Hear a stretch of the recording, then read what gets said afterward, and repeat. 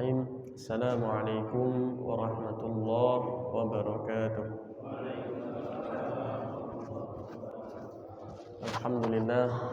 Alhamdulillahi rabbil alamin. Wabihi nasta'inu ala umuri dunya waddin. Wassalatu wassalamu ala sayyidina Muhammadin wa ala alihi wa sahbihi ajma'in. Amma ba'd. Subhanaka la ilma lana illa ma 'allamtana innaka antal alimul hakim. Rabbi shrah li sadri wa yassir li amri wahlul 'uqdatam min lisani yafqahu qawli. Qala Allah Ta'ala fi kitabihil karim, a'udzu billahi minasyaitonir rajim. Bismillahirrahmanirrahim. Wa yawma yunfakhu fis-sur fafazi'a man fis samawati wal ard illa man syaa Allah wa kullun atawhu dakhirin. Shadaqallahul azim. وبلغنا رسوله الكريم ونحن على ما قال خالقنا ورازقنا من الشاكرين الشاهدين بقلب سليم. Alhamdulillah, Bapak Ibu yang dirahmati Allah Subhanahu wa taala, kita pada pagi hari ini baru saja melaksanakan salat subuh berjamaah. Kita mohonkan kepada Allah Subhanahu wa taala agar kiranya salat subuh yang baru kita laksanakan tadi diterima di sisi Allah Subhanahu wa taala. Amin ya rabbal alamin. Tak lupa juga salawat serta salam kita aturkan pula kepada baginda Nabi besar Muhammad sallallahu alaihi wasallam beserta keluarga dan para sahabatnya, dan semoga juga melimpah kepada kita selaku umatnya. Amin ya rabbal alamin.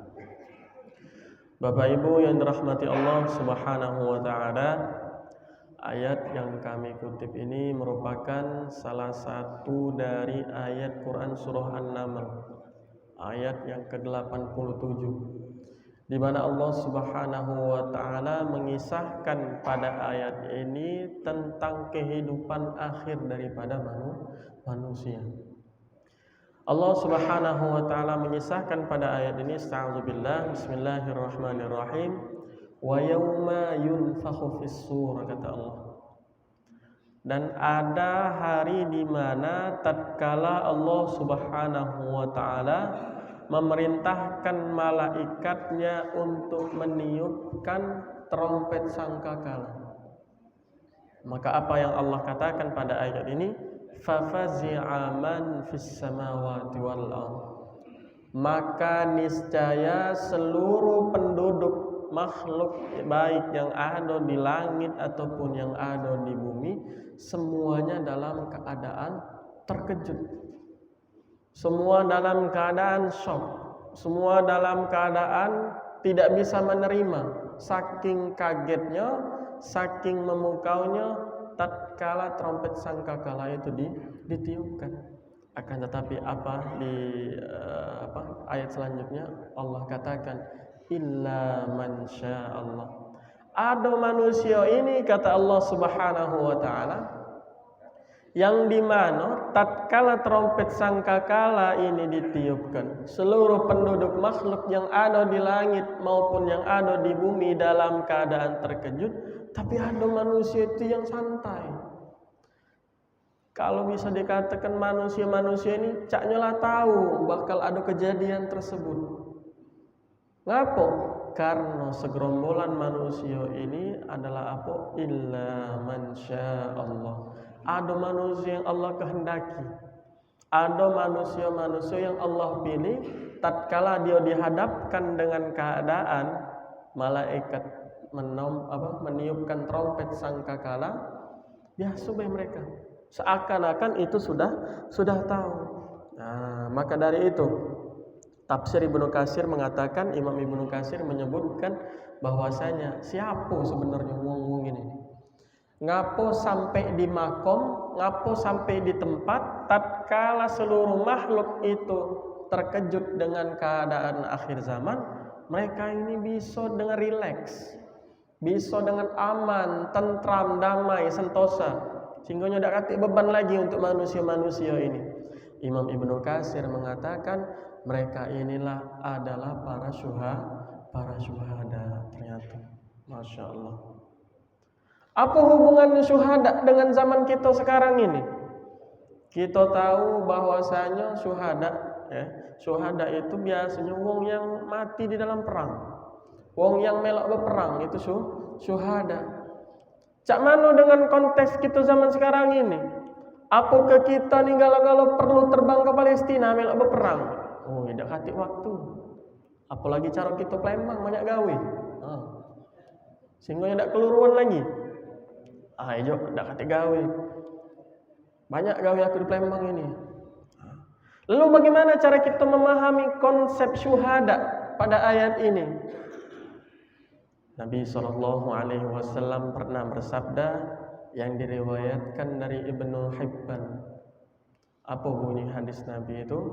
Nabi SAW mengatakan, "Man dakhalahu masjidana hadza," kata Nabi. "Man dakhala masjidana hadza." Barang siapa yang masuk ke masjid kami, kata Nabi. Masjid di sini dalam bentuk Masjid Nabawi. Akan tetapi kalau kita serap makna yang keluar dari hadis Nabi ini, ketika kita memahami secara makna majazi adalah apa? Nabi mengatakan barang siapa apabila seseorang itu masuk masjid. Apa yang digaweku oleh wong-wong ini? Liyata'allama au yu'allimahu, kata Nabi. Yang dimana manusia-manusia ini apabila masuk ke dalam masjid, kemudian dia belajar dan juga mengamalkan apa isi daripada kandungan Al-Quran, kana kal mujahidi fi sabilillah. Mereka inilah, kata Nabi SAW, di mata Allah Subhanahu wa Ta'ala dinilai sebagai mujahid fi sabilillah. Jadi Bapak Ibu, kita kumpul di Masjid Nur Huda ini dalam kacamata Nabi SAW, kita ini sudah menjadi wong-wong yang mujahid fi sabilillah. Ngapo? Karena berat. Bangun subuh ini berat. Apalagi misalnya ada orang yang begawe sampai subuh. Nah, mungkin subuhnya kelewatan itu. Berat kita nak bangun subuh. Kita nak nahankan, kita mesti duduk di masjid dengar wong ceramah sejam setengah kadang. Ada wong yang mengorbankan tenaganya, ada wong yang mengorbankan waktunya, mengorbankan hartanya untuk berjihad fi sabilillah. Maka dalam kacamata Nabi SAW, baginda Nabi menyebutkan, kalau seandainya ada di antara kalian itu masuk masjid, kemudian mengadakan majelis ilmu, duduk dia mendengarkan, menyimak apa yang sebenarnya yang ingin Allah katakan melalui Al-Quran ini tadi, kana kal mujahidi fi sabilillah. Mereka inilah yang Allah anggap sebagai para mujahid, wong-wong yang berjihad di jalan Allah Subhanahu wa Ta'ala. Apa efek terbesarnya tatkala kita sering ikut majelis ilmu? Ini pernah di dalam hadis Nabi diriwayatkan bahwasanya ketika kita melok majelis ilmu ini justru lebih baik daripada kita sholat 1000 rakaat. Nah, apa sebenarnya efek? Apa sebenarnya manfaat kita ikut menghadiri majelis ilmu? Nah, ini salah satu hadis yang masih berkaitan dengan hadis yang diriwayatkan oleh Ibnu Hibban. Ini hadis diriwayatkan dari Imam Muslim, bahwasanya baginda Nabi SAW pernah menyebutkan, wa majtama'a qaumun fi baitin min buyutillah, kata Allah. Jadi kalau seandainya Nabi Muhammad mengatakan barang siapa yang dimana seorang kaum, sebuah kaum itu, dan tidaklah sebuah kaum itu berkumpul, kata Allah, wa majtama'a qaumun fi baitin min buyutillah, berkumpul di sebuah rumah dari rumah-rumahnya Allah. Nah, kita tengok di muka bumi ini, di mana rumah Allah? Letak rumah Allah itu ialah di masjid. Berkumpul manusia ini tadi, berkumpul sekomplek ini tadi di dalam sebuah masjid Nur Huda. Kemudian apa yang dilakukan oleh wong-wong di dalam ini tadi? Yatsluna kitaballah. Mereka duduk di masjid ini, yatsluna kitaballah, baca Al-Quran. Mereka bertadarus Al-Quran. Wa yatadarusuna bainahum. Kemudian bukan cuma sekedar baca baik, akan tetapi mereka menyerap apa-apa yang pengen Allah pesankan kepada kita selaku hambanya. Wa yatadarusuna bainahum illa nazalat alaihimus sakinah, kata Nabi. Maka tidaklah diperuntukkan untuk wong-wong ini kecuali ketenangan dalam kehidupannya. Itulah kadang kami sering dengar galak cerita-cerita dari bapak-bapak yang sudah tua. Dia ngomong, duit aku ini banyak, kata dia, tapi aku tidak tenang. Nah, ngapa dia bisa tidak tenang? Karena tidak kate hubungan keterikatan dia dengan Al-Quran. Terlalu jauh hidupnya ngejar dunia sampai dia melupakan kehidupan hakikinya. Maka apa yang terjadi? Ketika manusia itu fokus mengejar dunianya, Allah tarik ketenangan itu. Mogolah dia banyak rumah, mogolah dia banyak mobil, mogolah banyak duit. Kalau hatinya tidak tenang, Allah angkat tetap tidak akan tenang. Tapi kalau wong-wong ini, kata Nabi, wong-wong yang dia duduk menghadiri majelis ilmu, tahan dia duduk sejam di sini menyimak, yatluna kitab Allah wa yatadarusuna bainahum, dia baca Al-Quran kemudian mentadabburi apa dia isi kandungan di dalam Al-Quran, illa nazalat alaihimus sakinah, maka tidak lain dan tidak bukan, kata Nabi, wong-wong inilah yang akan diturunkan rasa ketenangan di dalam hatinya. Ini kalau hadis Nabi ini kita kaitkan dengan ayat yang kami bacakan tadi di dalam Quran surah An-Naml ayat 87. Tenang manusia itu. Tatkala malaikat meniupkan trompet sangkakala, tenang baik dia. Ngapa? Karena dia sudah terbiasa di dunia apa? Wa yatadarusuna bainahum, dan yatluna kitab Allah. Dia biasa baca Al-Quran, dia biasa mentadabburi Al-Quran, sehingga hadirlah di dalam hatinya ketenangan. Illa nazalat alaihimus sakinah wa ghasyiyatuhumur rahmah. Bahkan bukan cuma ketenangan baik yang Allah untukkan untuk mereka ini. Wa ghasyiyatuhumur rahmah, Allah turunkan rahmat ke masjid ini. Bahkan apa? Saking mulianya wong-wong yang melok majelis ilmu ini, wa dzakarahumullahu fima 'indah. Bahkan Allah nyebutkan, bahkan Allah nyebutkan di antara kalangan para malaikatnya, wahai para malaikatku, jingoklah. Masyarakat yang ada di Masjid Nur Huda ini, mereka ini konsisten mengadakan majelis ilmu. Coba, hambanya siapa? Ini hamba aku, kata Allah. Dibanggakan Allah kita di antara para malaikat. Maka tatkala kebanggaan ini tadi sudah Allah bawa kepada para malaikatnya, wa haffathumul malaika. Malaikat nak melok juga. Turun malaikat ke bumi. Melok pengajian, melok majelis ilmu yang ada di masjid-masjid ini, wa haffathumul malaika. Malaikat bantu, malaikat berikan pertolongan. Apa jalur pertolongan yang diberikan oleh para malaikat? Mereka beristighfar untuk wong-wong yang rela menghabiskan waktunya duduk di majelis ilmu, mendengarkan ilmu. Masya Allah. Banyak keutamaan wong-wong yang sering menghadiri majelis ilmu ini. Apalagi malaikat itu ada sip-sipannya. Jadi malaikat yang jago dari subuh sampai ke asar, sampai ke maghrib dalam riwayat lain.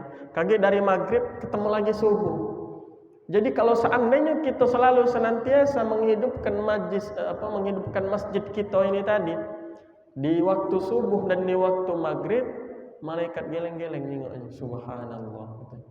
Alangkah konsistennya hamba Allah yang ini. Alangkah konsistennya Bapak Ibu yang ada di sini. Aku subuh tukeran dengan kawan aku, ku jinguk mereka lagi majelis.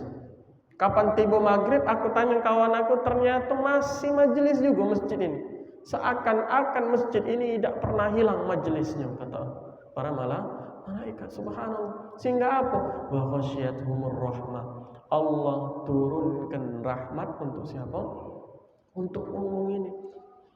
Maka tatkala kita kembali kepada Quran surah An-Naml ayat yang ke-87, Allah mengatakan, illa man Allah, kecuali wong-wong yang Allah kehendaki. Wong-wong inilah yang nanti pada hari di mana ditiupkan trompet sangkakala, mereka akan merasa aman, tentram, damai, sentosa, dak katik beban. Wa kullun atauhu dakhirin, kata Allah. Dan mereka ini datang nantinya dalam keadaan merendahkan diri. Tidak akan angkuh mereka ini, tidak merasa sombong. Kalau kita sekarang ini melok misalnya majelis ilmu ini, laju merasa cakap-cakapaan galau. Jangan juga. Allah mengatakan wa kullun atauhu dakhirin. Kalau seandainya engkau pengen, kata Allah, menjadi orang yang aku tanamkan rasa ketenangan dalam jiwanya, wa kullun atauhu dakhirin, datang ke aku ini merendahkan diri. Jangan kau sekali-kali sombong, kata Allah. Mentang-mentang kau melok majelis ilmu terus lanjut pacak-pacaan galau kau. Jangan, datanglah kepadaku dalam keadaan merendahkan diri. Maka ketika kita sholat, posisi yang paling tinggi kita ada di kepala ini, kita letakkan di tempat kaki berpijak. Itu menandakan apa? Kita benar-benar merendahkan diri kita di hadapan Sang Pencipta. Maka kalau seandainya wong yang selalu senantiasa bersujud kepada Allah, ini disebutkan di dalam hadis Nabi, jarak yang paling dekat antara hamba dengan Robnya itu di mana? Dalam keadaan sujud. Maka tatkala kita sholat dewean misalnya malam Jumat, aku pengen sholat tasbih, angkat tangannya takbiratul ihram, tegakkan sholat tasbih. Tatkala sudah sampai sujud terakhir, lambunglah sujudnya. Mintalah apa yang pengen diminta. Ngapu? Karena Nabi sudah ngomong, tempat yang paling dekat antara makhluk dan khaliknya adalah di mana? Di tempat sujud. Nah, kemudian kita lanjut lagi kepada ayat yang ke-89. Allah mengatakan, man jaa'a bil hasanati falahu khairum minha, kata Allah. Kalau seandainya wong-wong ini tadi, wong-wong yang selalu senantiasa ikut majelis ilmu, wong-wong yang berjihad fisabilillah, baik dalam bentuk waktu, tenaga ataupun hartanya, setelah mereka mengikuti majelis ilmu, man jaa'a bil hasanati, mereka mengamalkan, ngawikan kebaikan yang sudah mereka tahu, falahu khairum minha, maka untuk mereka inilah wong-wong apa? Wong-wong ini diberikan kebaikan, kata Allah. Wong-wong ini tadi Allah berikan rasa ketentraman, wa hum min faza'i yauma idzin aminun. Mereka inilah wong-wong yang nanti akan Allah berikan ketentraman di dalam hatinya. Akan tetapi kata Allah Subhanahu wa taala, wa man jaa'a bis-sayyi'at, kalau seandainya wong-wong yang selalu senantiasa duduk di majelis ilmu, akan tetapi yang biasa dia guyuri adalah apa? Perbuatan-perbuatan yang buruk, fakubbat wujuhum finnar, kata Allah, maka aku akan sungkurkan wajahnya ke dalam api neraka. Ini bahasa Al-Quran, Allah sungkurkan, bukan Allah persilakan. Kalau Allah persilakan masih baca, mungkin dia nolak. Ya Allah, aku pernah punya kebaikan di dunia, ma ini. Tapi tidak. Dia tahu, tapi dia masih berbuat hal demikian. Fakubbat wujuhum finnar, kata Allah. Maka tidak lain dan tidak bukan, sungkurkanlah wajahnya ini ke dalam api neraka. Maka kadang Bapak Ibu, kita ini kalau punya ilmu, dua bisa jadi. Antara kita menjadi wong yang ahli ibadah dengan ilmu kita, ataupun kita menjadi sombong karena bentuk ibadah kita. Kita merasa sombong karena ilmu dan ibadah kita itu menghasilkan apa? Menghasilkan kebahagiaan untuk para syaitan. Diriwayatkan pernah ada sebuah kisah. Ini pentingnya kita berilmu sebelum kita beribadah. Kadang kita ini mengutamakan kepentingan ibadah tanpa didasari dengan ilmu. Pernah hidup ada seorang hamba Allah dari kalangan Bani Israel. Pada saat itu dia ini selalu senantiasa berada di masjid. Pokoknya kalau sholat itu tidak pernah tinggal beliau ini. Sehingga pada saat itu pas dia lagi nak berjalan ke masjid, tahu-tahu lewat di sekitaran dia ini ada manusia, ada wong lewat. Tapi apa yang terjadi? Dia nyium mambu yang tidak lemak dari wong ini. Wih, alang kebusuk wong ini. Pas dia lagi nak ke masjid. Setan pada saat itu nyingok. Nah, kau katanya, masuk jebakan aku ini katanya. Sehingga apa yang terjadi? Tatkala hamba Allah ini tadi lagi tengah berjalan nak masuk masjid, terjingok ada si kok wong lagi berpapasan di jalan, tercium mambu yang busuk, laju dia memalingkan muka, merasa sombong. Sehingga pada saat itu setan menjelma menjadi seorang ahli ibadah.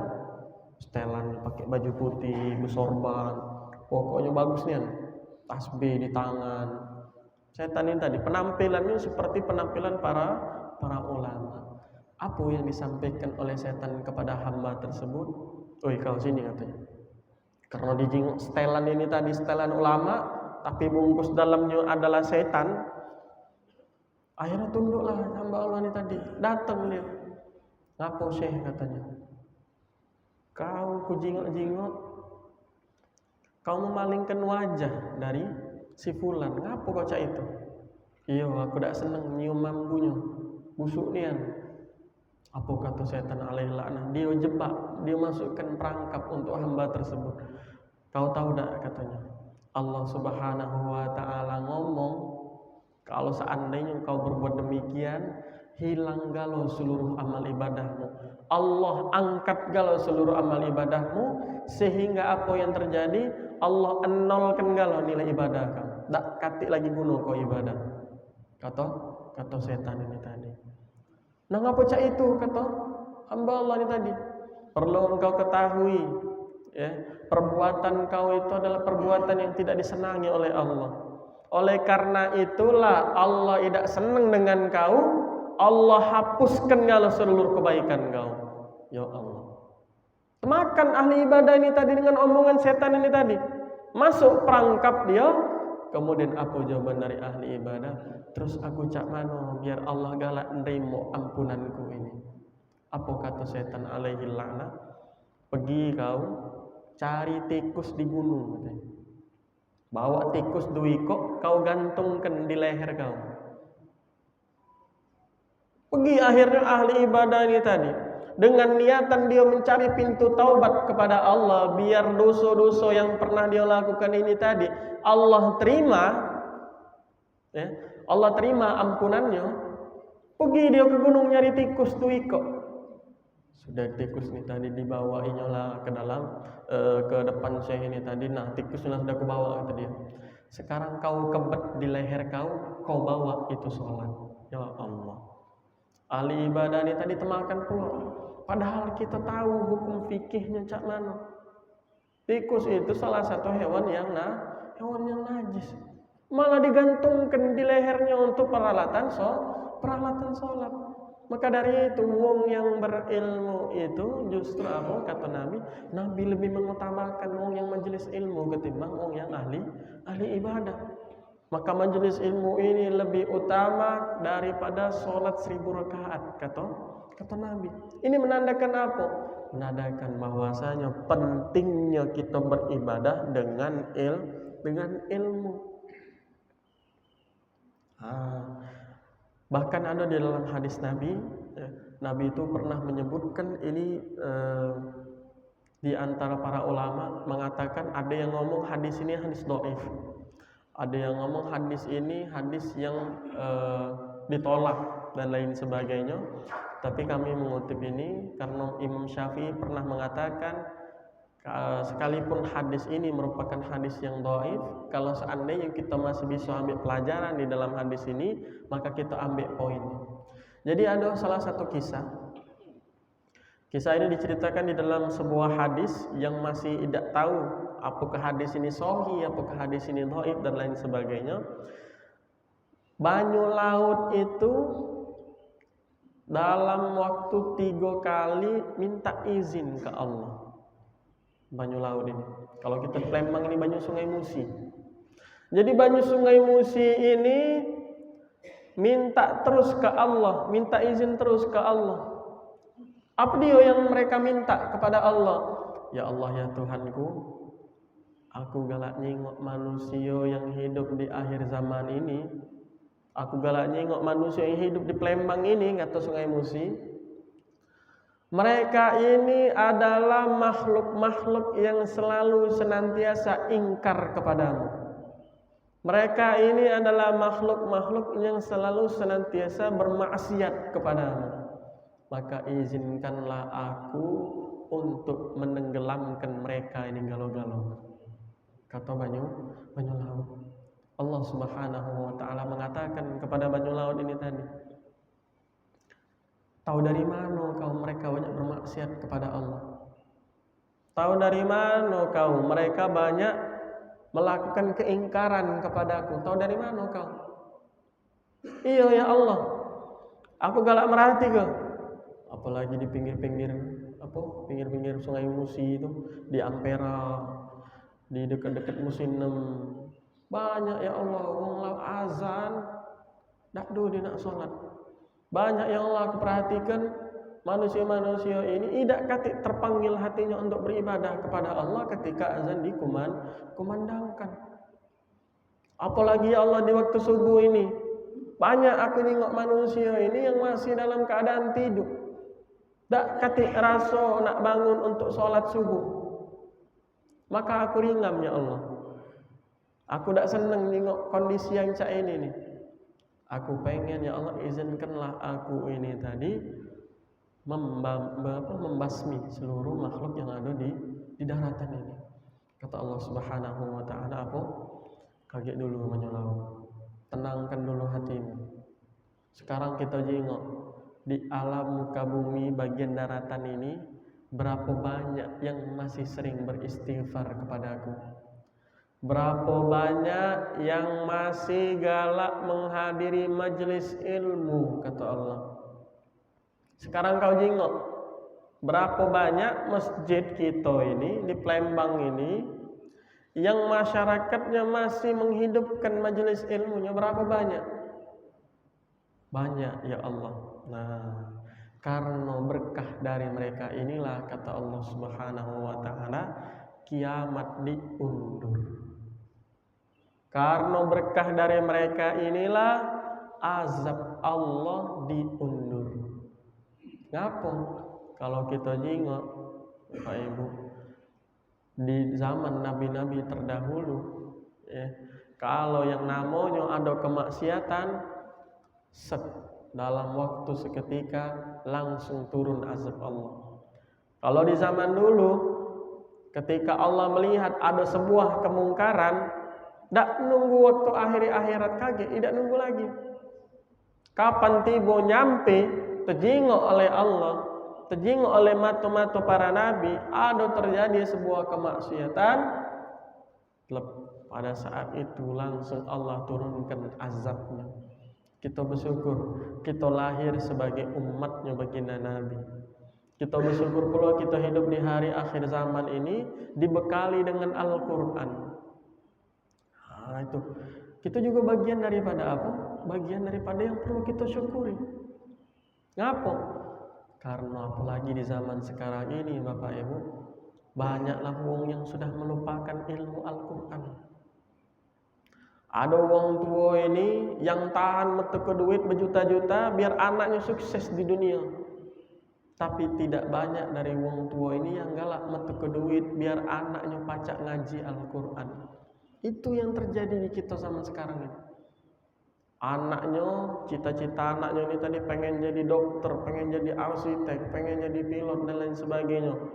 Kasih dananya, metu ke duitnya, kau sukses terus nak. Tapi sukses yang diincar oleh wong-wong tua zaman sekarang ini adalah apa? Cuma sukses dunia baik. Akhiratnya terlupakan. Akhiratnya tidak terpikirkan. Gara-gara apa? Gara-gara kurangnya kedekatan bersama Al-Quran. Jadi perlu kita pahami bahwasanya hubungan emosional kita terhadap Al-Quran inilah membuahkan hasil untuk kita bagaimana seharusnya kita sebagai hamba Allah itu melangkah. Melalui majelis-majelis ilmu inilah kemudian kita tahu dan kita paham, oh ternyata cak ini kita selaku hamba Allah itu bertindak. Oh ternyata kita sebagai hamba Allah ini kita harus selalu senantiasa buka Al-Quran ngaji. Cak mana dengan wong yang tidak lancar ngaji? Untuk wong yang tidak lancar ngaji masih Allah kasih pahala untuk dia. Allah tidak menilai ketika wong yang tidak lancar ngaji pahalanya sia-sia tidak. Masih Allah kasih pula hadiahnya 2. Hadis riwayat dari Siti Aisyah. 2 pahala. Hadiah yang Allah berikan kepada hamba Allah yang masih tidak lancar ngaji. Yang pertama apa? Karena dia sudah niat nak ngaji. Yang kedua apa? Karena dia sudah bersungguh-sungguh merealisasikan niat itu. Kadang ada orang tua ini, apalagi kebanyakan orang tua, merasa bahwa saya tidak baca ngaji Al-Quran lagi, sudah angkat tangan. Tak galak lagi aku singgahnya ngaji Quran. Ngapo? Saronian. Itu buah hasil daripada apa? Buah hasil daripada kurangnya kedekatan hubungan emosional terhadap Al-Quran. Nah, maka dari itu mudah-mudahan Allah Subhanahu wa taala memberikan pemahaman kepada kita, memberikan kemudahan kepada kita dalam menjalankan setiap syariat-syariatnya. Allah juga berikan kemudahan kepada kita agar kiranya selalu memberikan istiqomah, selalu memberikan konsistensinya kepada kita dalam menghadiri setiap majelis ilmu. Amin ya rabbal alamin. Baik, karena masih ada waktu, mungkin kita lanjutkan dengan sesi tanya jawab. Dipersilakan bagi Bapak Ibu yang ingin menanyakan baik seputar topik yang dibahas ataupun di luar tema.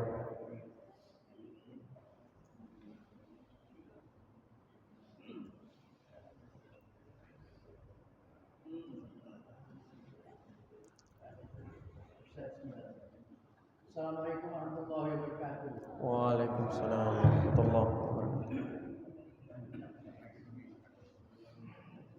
Lebih utama mana membaca Al-Quran dengan berzikir? Itu aja Ustaz. Terima kasih. Assalamualaikum warahmatullahi wabarakatuh. Waalaikumsalam warahmatullahi wabarakatuh. Ini langsung dijawab apa dikumpul dulu pertanyaan? Langsung jawab ya. Lebih utama mana? Kita ngaji Al-Quran apa kita berzikir kepada Allah? Ini sebenarnya 2 kegiatan hal yang positif, tapi kita cari tahu mana yang lebih utama. Dua-duanya bagus. Kalau seandainya kita mengunggulkan kita ngaji Al-Quran lebih utama ketimbang berzikir, berarti kita ngecikkan kekuatan zikir. Kalau seandainya kita mengunggulkan berzikir kepada Allah ketimbang ngaji Quran, berarti kita ngecik ke ngaji Al-Quran. Nah, jadi kita perlu pahami dulu bahwasanya kedua hal ini merupakan hal yang positif antara kita ngaji Quran dengan kita berzikir kepada Allah. Kita perlu tahu dulu zikir kepada Allah itu bentuknya cak mana? Apakah zikir kepada Allah itu cuma sebatas kita bertasbih, bertahmid, bertakbir, bertahlil, atau cak mana? Nah, ini perlu kita pahami dulu. Berzikir kepada Allah itu, kalau kita kupas secara bahasanya, zikir itu artinya mengingat. Nah, jadi kalau kita sebutkan zikrullah, artinya adalah apa? Mengingat Allah Subhanahu wa ta'ala. Apa fungsi daripada kita berzikir? Ketika kita mengatakan mengingat Allah, tandanya apa? Ketika kita melakukan zikir, biar kita ini selalu senantiasa merasa kita ini diawasi oleh Allah. Jadi kita tidak semena-mena bertindak. Jadi kalau kita definisikan zikrullah ini adalah apa? Kita mengingat Allah Subhanahu wa ta'ala sebagai apa? Sebagai sang pencipta kita. Kemudian kalau kita kupas lagi, kita baca Al-Quran. Apa fungsi daripada kita baca Al-Quran? Kita baca Al-Quran ini biar tahu apa yang sebenarnya ingin Allah katakan. Jadi kalau seandainya kita gabungkan antara ngaji Quran dengan zikir kepada Allah, kalau kita ngaji kita ingat dengan Allah, kalau kita ingat dengan Allah kita pasti ngaji. Jadi dua hal ini satu sama lain tidak kata yang lebih utama. Seluruhnya saling berkaitan. Keduanya saling berpengaruh. Kalau kita selalu senantiasa ingat kepada Allah, maka apa yang mesti kita lakukan? Kita jengok apa dia pesan yang ingin Allah sampaikan melalui kita membaca Al-Quran. Kalau kita sudah membaca Al-Quran, kita mengenal kebesaran Allah, kita tahu, oh ternyata akan ada sekelompok kaum yang hidup di akhir zaman, yang tatkala malaikat diperintahkan untuk meniupkan trompet sangkakala, dia dalam keadaan tenang. Sehingga hadirnya apa? Oh ternyata kita tahu bahwasanya ini ternyata Allah memberikan gambaran kepada kita tentang kehidupan akhirat. Ujung-ujungnya apa hasilnya? Zikrullah. Kita masih mengingat Allah Subhanahu wa ta'ala. Jadi itu Pak. Jadi dua hal ini sama-sama kegiatan positif dan satu sama lain itu masih berkaitan. Baik. Iya. Baik, ada lagi Bapak Ibu yang ingin ditanyakan?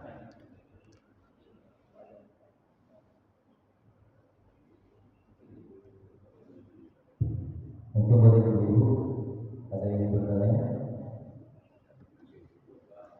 Tidak ada? Bapak-bapak?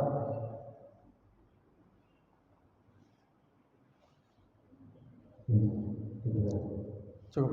Tidak ada lagi yang ingin bertanya? Baik. Langsung kita tutup dengan doa. A'udzubillahi minasyaitonirrajim. Bismillahirrahmanirrahim. Alhamdulillahirabbil alamin. Wassalatu wassalamu ala sayyidina Muhammad wa ala alihi wa sahbihi ajma'in. Rabbana zalamna anfusana wa illam taghfir lana wa tarhamna lanakunanna minal khasirin. Rabbana zalamna anfusana wa illam taghfir lana wa tarhamna lanakunanna minal khasirin. Rabbana zalamna anfusana wa illam taghfir lana wa tarhamna lanakunanna minal khasirin. Rabbana la tuzigh qulubana ba'da idh hadaytana wa hab lana min ladunka rahmah innaka antal wahhab. Rabbana la tuzigh qulubana ba'da idh hadaytana wa hab lana min ladunka rahmah innaka antal wahhab. Rabbana la tuzigh qulubana ba'da idh hadaytana wa hab lana min ladunka rahmah innaka antal wahhab. Rabbana atina fid dunya hasanah wa fil akhirati hasanah